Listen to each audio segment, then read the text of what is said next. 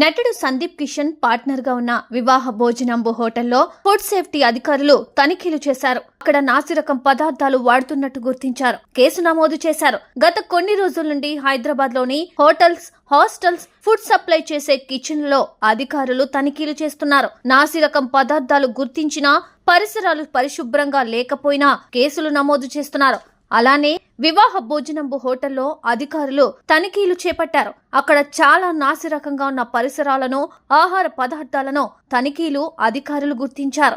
FSSAI ఇచ్చిన అధికారిక అనుమతి సర్టిఫికేట్ ను హోటల్ డిస్ప్లే చేసిందని తెలిపారు అధికారులు. అయితే మిగతా రూల్స్ ఫాలో అవడంలో ఫెయిల్ అయినట్టు వెల్లడించారు. 2022 నాటికే గడువు ముగిసిన 25 కిలోల చిట్టి ముత్యాల రైస్ బ్యాగ్ ను గుర్తించారు. సింథటిక్ ఫుడ్ కలర్స్ కలిపిన 500 గ్రాముల కొబ్బరి తురుమును కూడా పట్టుకున్నారు. వండడానికి సిద్ధంగా ఉంచిన వండేసిన ఫుడ్ ను స్టీల్ గిన్నెల్లో పెట్టి ఉంచారు. కానీ వాటికి సరైన లేబుల్స్ లేవని తేల్చారు. చాలా వరకు చెత్త బుట్టలు ఎలాంటి మూతలు లేకుండానే ఉన్నాయి. అన్నిటికంటే ముఖ్యమైనది వైద్య ధృవీకరణ పత్రాలు. ఫుడ్ ను హ్యాండిల్ చేసే వారి ఆరోగ్య స్థితిని తెలియచేసే సర్టిఫికెట్స్ లేవు. అయితే వారంతా తల క్యాప్లు, యూనిఫామ్ వేసుకున్నారు. కిచెన్ పరిసరాల్లో డ్రైన్ నీరు నిల్వ ఉండిపోయింది. వంట కోసం బబుల్ వాటర్ వాడుతున్నారు. అది కస్టమర్స్ కి ఇస్తున్నారో లేదో మాత్రం తెలియడం లేదు. పెస్ట్ కంట్రోల్ రికార్డ్స్ సరిగానే ఫాలో అవుతున్నట్టు పేర్కొంది.